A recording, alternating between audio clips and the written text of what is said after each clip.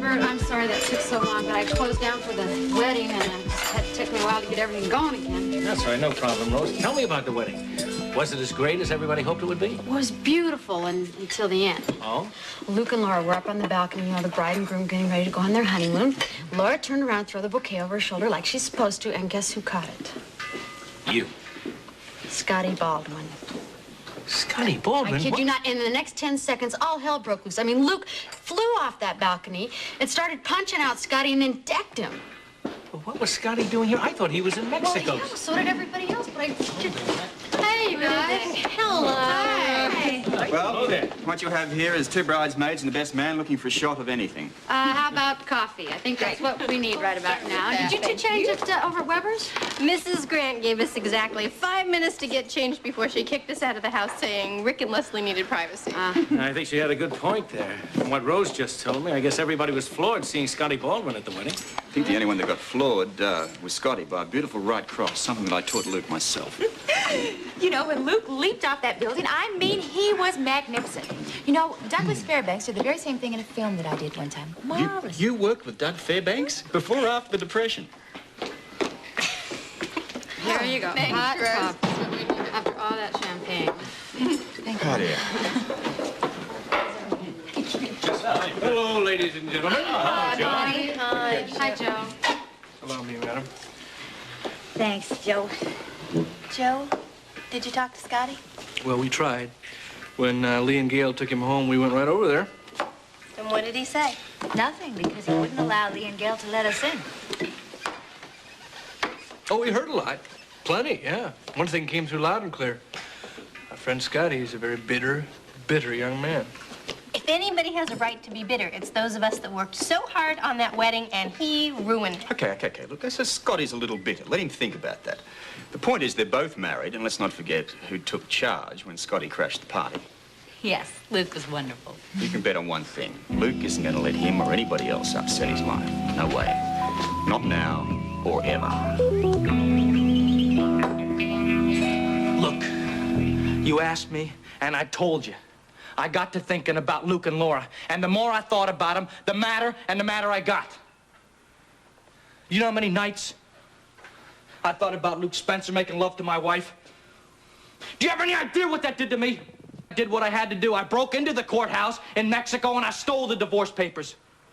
But, Scotty, you must have known that they had mailed a certified copy of those papers to Joe at Lee's office. Yeah, Gail, I assumed that they'd be sent.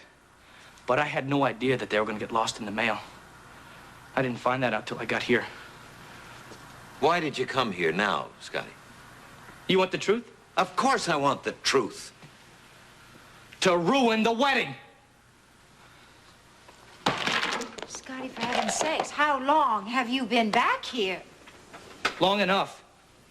Well, where have you been? What have you been doing? I've been following Spencer around, and I've been listening.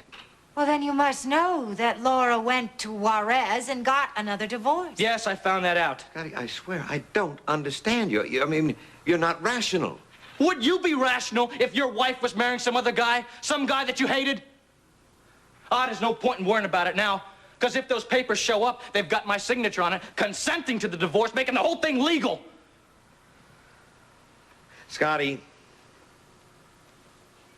those papers aren't going to show up. Because they already did, and on time. And I burned them. It's you? No. Oh, it's got to be here. Who told me it was here? There it is. Oh, good. Keep it down, because I think we woke up Bessie. I never heard her mooing.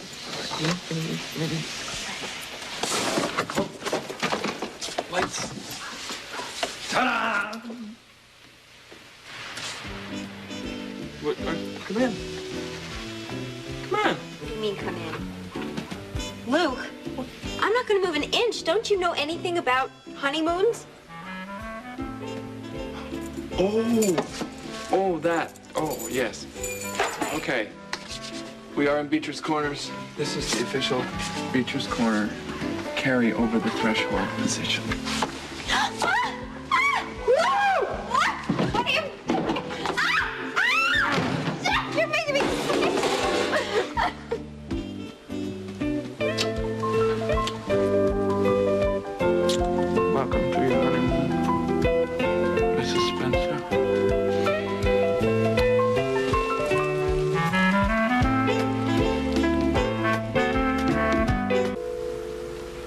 Wait a minute.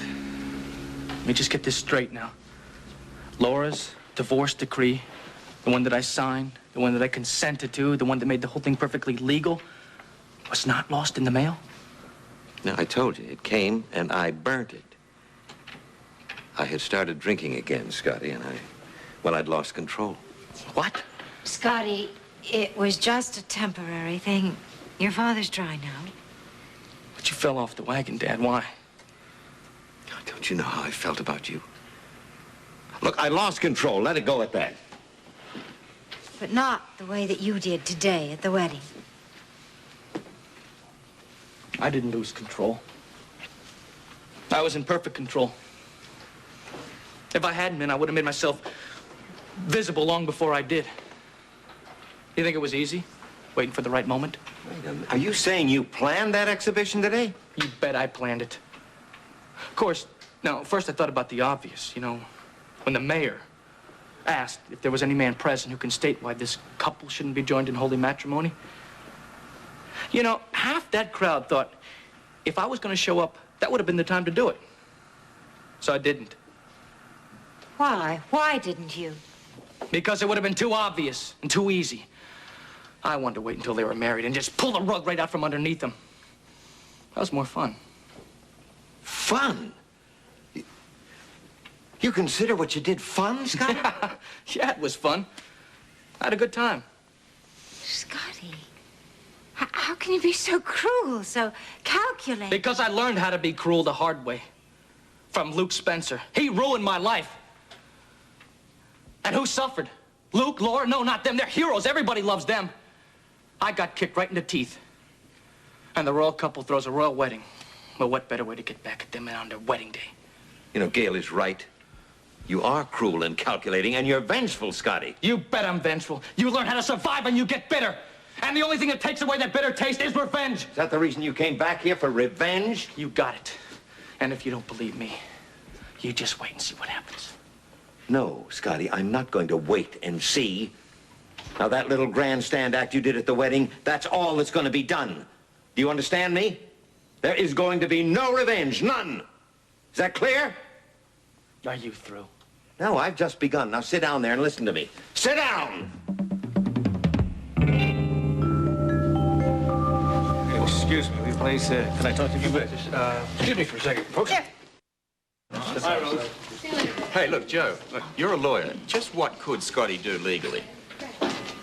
He can contest Laura's Mexican divorce before or after her marriage. Would he win? I almost hate to tell you, but I think he would. American courts take a very dim view of a Mexican divorce without mutual consent. Well, then what would that mean for Luke and Laura? Anything could happen in a court. I mean, I can't tell you verbatim, but if Scotty contested the divorce, they could rule Luke and Laura's marriage null and void, and Laura would once again be Mrs. Scotty Baldwin. Well, I think the best thing that can happen at this point is that character takes the hint and gets out of town. What if he doesn't? If he doesn't, Luke is going to handle it because he always has and he always will.